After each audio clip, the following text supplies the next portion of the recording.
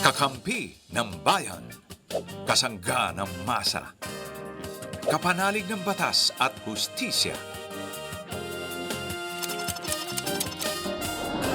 Attorney Danny Con. Abogado de Campanilla. Magandang gabi, Pilipinas. Kumusta po kayo mga kababayan kahit saan pa mang bahagi kayo ng mundo naron, dito man sa atin o nasa ibang bansa bilang mga OFW, sana lang wala sa lugar na mapanganib. Welcome po sa isa na namang gabi ng makabuluhang talakayan, mga isyong makabulatlat isip at syempre mga paglilinaw ng mga usaping batas dito sa paborito ninyong programang Attorney Danny Con, Abogado de Campanilla. Ako po si Bibeth Ortesa. Hindi ko na raw pwedeng tawaging mahiyain ang aking sarili. Huwag na. Tingnan nyo na lang sa expression ng aking mukha. Yan na. Na Ayan na. mahihain nga ako. Ayan na.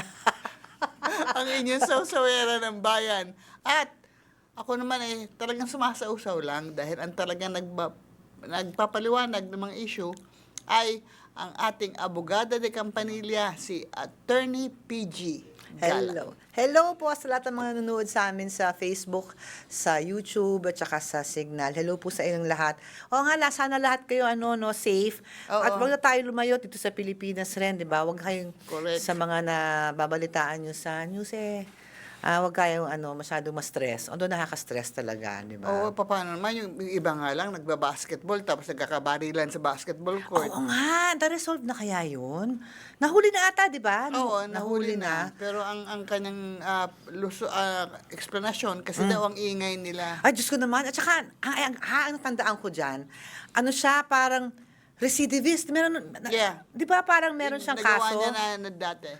Grabe naman, Parang nakakatakot naman kung gano'ng kapitbahay Attorney, mo. ipaliwanag mo muna, bago natin ibigay yung mga telephone numbers na dapat tawagan, ipaliwanag mo muna kung anong recidivist. Ay, oo Hindi po yun receive ng receive, Ay, ha? Oo nga. Pero masama rin yung receive ng receive. Well, Hindi, sorry nga pa. Ang recidivist sa mga abogado, yung, siguro ang maganda, repeat offenders. Correct. Okay, yung mga nagkamali na dati, nagkakamali pa ulit Inuulit ngayon. at minsan Paulit. sinasadya pa. Sinasadya, usually, oo. So, Okay. pag recidivist kasi, mas mataas ang penalty. Tumataas ang yung penalty pag ikay nagkamali sa pangalawang beses. Yes. Or minsan, hindi ka na, kung patawarin ka na sana, tas malaman recidivist ka, hindi ka na patatawarin ng batas. Oo. although sa ibang bansa, yung iba nagiging presidente pa. Ay, kahit yan recidivist. ako. Ay. Okay. Ay.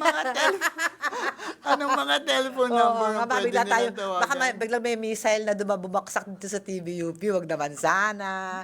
Diba? Pero sa mga may problema, wag lang yung mga actually, mga ibang mga nagte-text yun sa atin, baka recidivist na paulit-ulit ang problema. Di ba? Okay. Pag sa Globe, mag-text na kayo sa amin, 0954-310-0331. And for Smart, it's 0961-770-8807. You can also message us in Facebook Messenger. We'll try to answer all of your concerns. Mahagip rin namin yan kahit papano. Kaya steady lang kayo dyan, ha? Huwag kayong bibitiw. Dahil ngayong gabi, ang batas ay para sa iyo. Hindi lang ngayong gabi actually. Sa bawat araw ng ating buhay, ang batas ay kakampi Oo nga. natin. At lalo na ngayon sa mga nangyayari sa ating kapiligiran, Oo. parang hindi tayo blindly naniniwala sa lahat ng mga sinasabi ng mga tao sa TV, at sa mga narinig natin sa mga hearings. It's good to also, kahit hindi mo naman kailangan alam lahat, pero kahit konti man lamang makaintindi tayo. Kaya ngayong gabi, sa ating Abogado de Campanilla, Attorney Danny Con, Abogado de Campanilla, narito po ang ating first text in question, buhat kay Angela, 27 years old, sa Pasig City. Magandang araw po, Attorney. Humihingi po ako ng payo tungkol sa labor practices sa BPO kung saan ako nagtatrabaho. Napansin ko po na ang company policy ay nagbibigay lamang ng 1 hour, 30 minutes total break Ay, sa 12 hours of 12 work. hours of work. Okay. May 4 hours po na voluntary OT, OT, okay, overtime, no? okay. Pero sa pagkakaalam ko po, Sa Philippine Labor Law, dapat ay may karagdagang break ang mga empleyado. Tama po ba ako, attorney? Actually, okay, under Philippine law, maximum of 8 hours ang workday. Hindi naman ibig sabihin na bawal kang magtrabaho beyond 8 hours, may overtime ka lang. Tapos no, yung break, kunyari kung 9 hours yung, di ba, from 8 to 5, ilang oras yung 8 to 5? 9, 10, 11, 12, 1, 2, 3, 4, 5, 9 hours. So sa 9 hours na yun, since 8 hours yung work, Oh, yung 1 hour is your break. Okay. Oo. So sa kanila, it is 1 hour and a half for 12 hours of work. Parang kulang nga naman. Parang ano? kulang. Oo nga. Pero under the law kasi, it's just 8 hours and then kung anything in-extend, ayan na. Pareho tayo. Oo nga, pareho tayo. Kumakahol talaga eh. So, yung 4 hours mo, voluntary OT. Ibig sabihin nun is overtime na pwedeng hindi siya mag-overtime. Hanggang 8 hours lang siya. So, yung 1 hour and 30 minutes, kasi parang feeling ko pwede na yon actually, as long as you are compensated for the 12 hours, less the 1 hour and 30. Oo. Diba? Ito, BPO. Ang BPO is a Business Processing Office. Ang alam ko, usually, ang mga oras niyan, gabi. Gabi. Yung shift niyan, Dahil gabi. ang karamihan ng siniservice, yung mga nasa ibang Oo, bayan. European time or US time or kung ano man yung oras noong bansa na kung saan yun ang kanilang kliyente. Yes. So, aside from overtime, yung mga hours ng mga ganyan, merong batas na ngayon na the BPOs they should also pag night differential. So, mas mahal ang kunyari ko ang minimum wage, kung merong, kunyari kasi iba ang shift umaga, yung shift gabi. Pag yung shift gabi, may night differential pa yan. Kailangan ipatupad yan. So, an hour and 30, medyo maikse, pero kung iisipin mo kung 9 to 5 nga, 1 hour eh. So, since Kung 12 hours. kung 12 hours, yung 1 hour niya for the 8 hours, tapos yung 30 minutes for the additional 4 hours. Which is not so bad. Di ba? Kasi 2 hours, and then 30-minute break after the 2 hours, and then another 30 minutes. As long as it's spaced that way, ha? Hindi yung tuloy-tuloy ka naman na 12 hours. Wala namang set, na when the break should be given, but there should be a break given. Yes. There should be a break given. Ang minimum, I think, is an hour nga. An hour for 8 hours. So, ang ginawa nila, since may additional 4 hours, yung kalahati rin ng 1 hour, which is 30 minutes. So, I think that the BPO is within standards as long as they're also answering for the night differential and extra pay for the overtime. Yeah, at saka kung hindi naman lang, dapat hindi na binibilang yung mga banyo break. Hindi yan bilang. Break is break, meaning yung talagang kumain and hindi ka gagambalain during that 1 hour and 30 minutes. Although, alam mo, there was a time na nagkaroon ng usap-usapin na sa ilang mga BPO daw sa mga matataas na building, usually sila, no? Sa mga hallways daw, may mga natatagpo ang Ano? ebidensya ng sexual encounters. Ay, Like, bakit? so- Is it allowed? Parang allowed ba yon sa kanila or they're... kasi gabi. Kaya nga.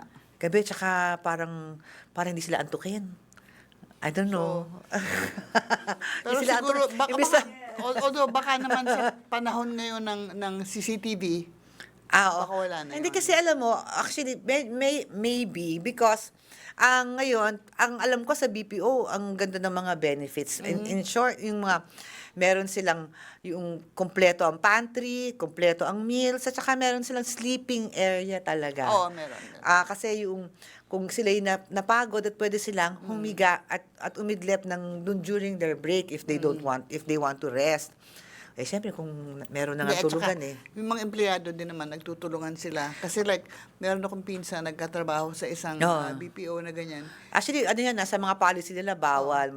Sa lahat ng mga policies nila. Nakunan niya ng picture yung isang kasama nila na Nakaganon.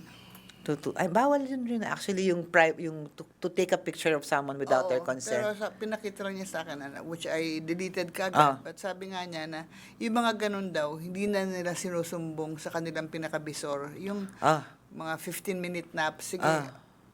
Yes, oo. Pero pwede na yun. Kung mabait yung team leader, ang tawag nila yung team leader mo, Oo. papayagan ka nun.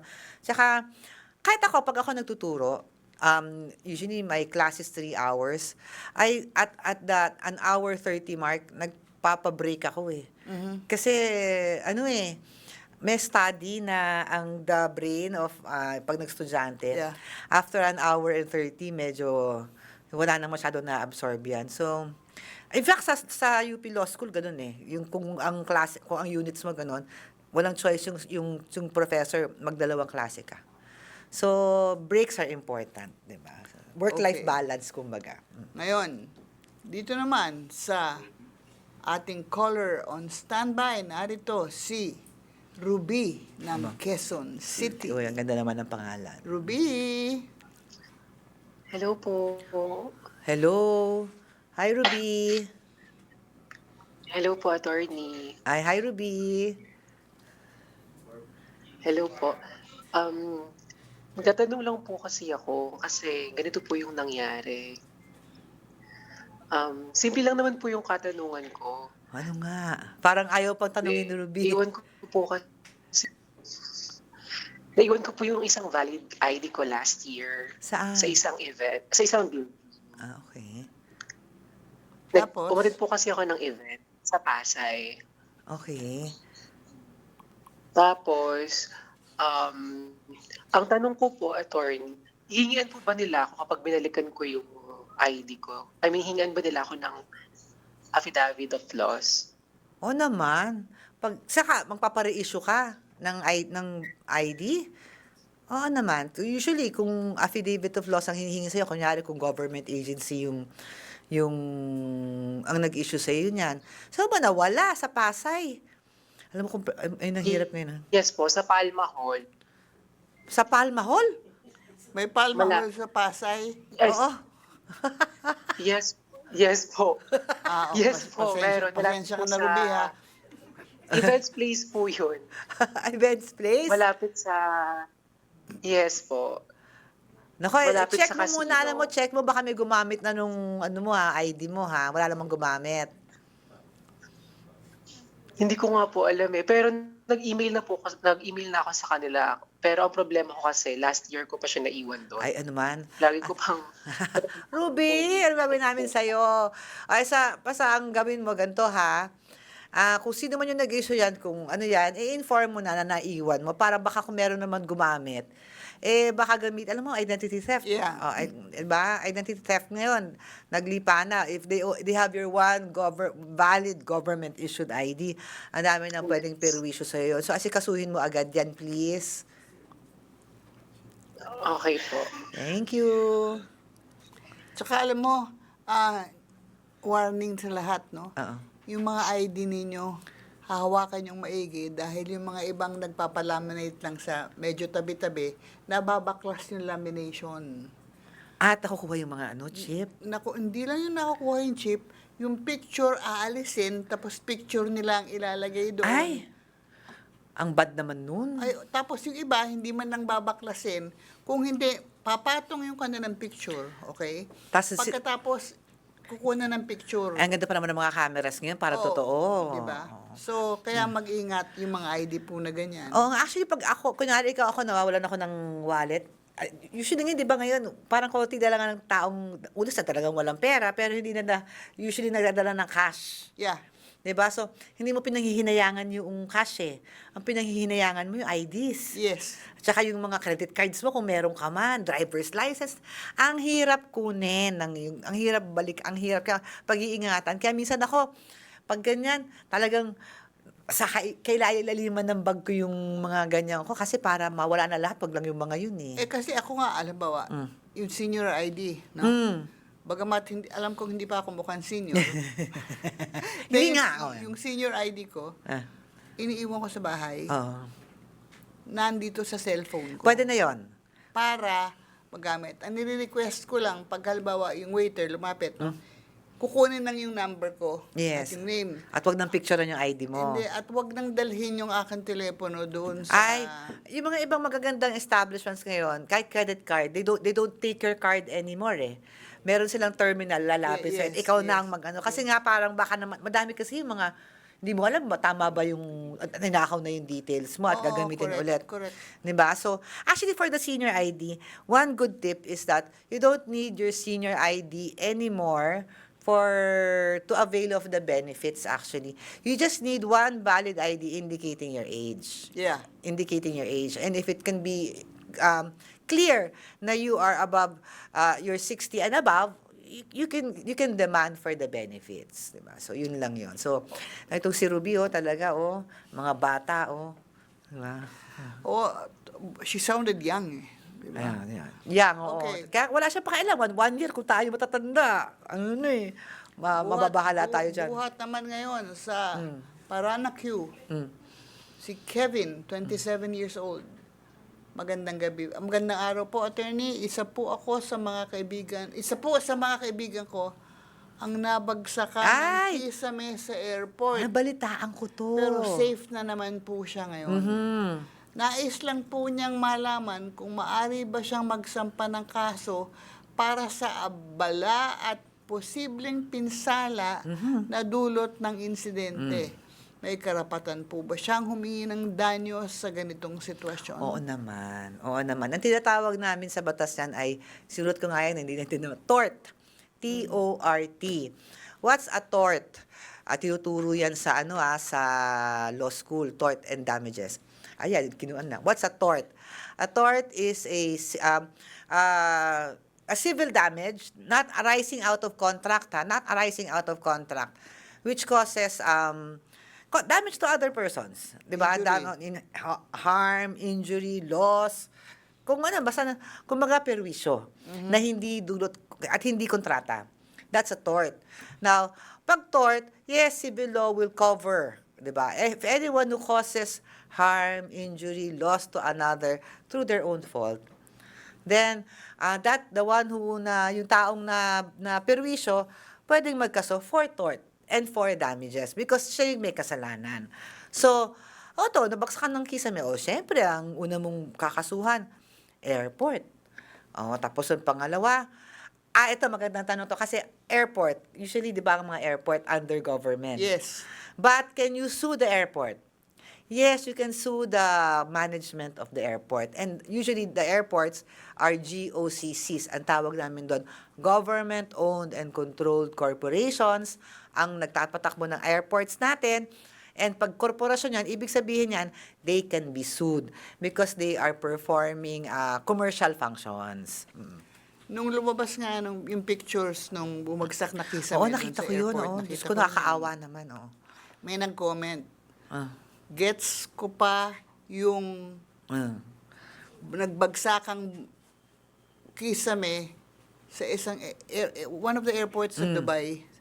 Kasi may bomb, merong Oo, merong dahil nagkakagulo doon Oo. sa kanila. Dito sa atin, wala. wala. Magulo lang. Oo. Magulo lang, pero hindi nagkakagulo.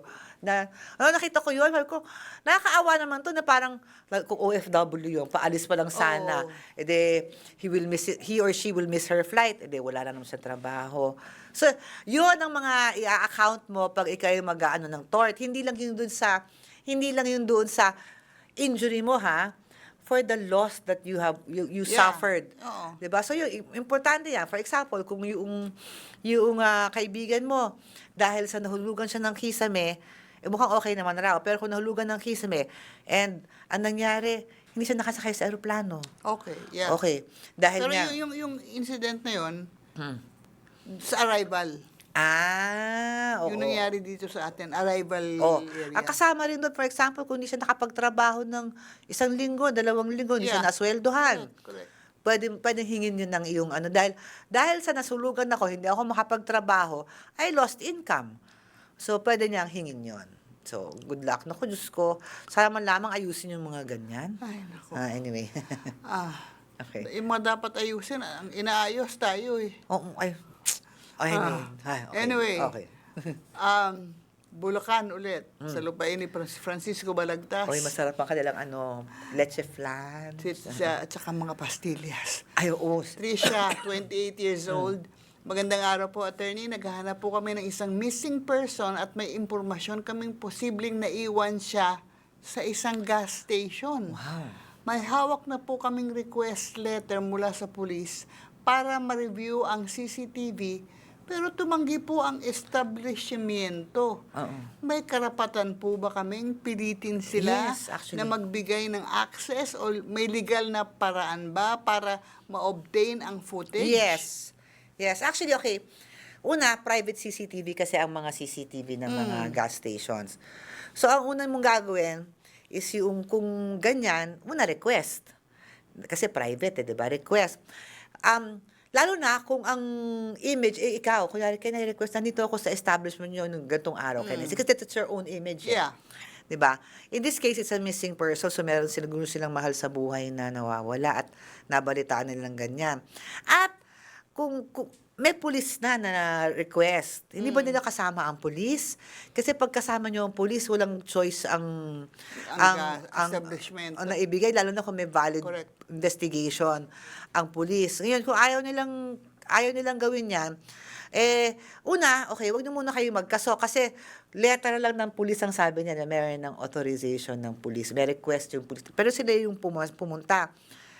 Una siguro, para wala munang problema sa korte o abogado. Yung pulis na nag-issue noon o yung pulis, yung stasyon na nag-request noon, magpasama muna kayo. Baka, kasi pag may pulis lang kasama, walang choice Yeah. kasi under the law, CCTV, valid request and they acceded to it, lalo na if it pertains to your own image. Second, a valid court order or a police investigation. So yan pwede. So, tawagin niyo muna yung pulis na nag-issue ng samahan kayo at malamang ibibigay sa inyo yung CCTV. Okay. Ngayon, may babala. Short only, please. Oo nga.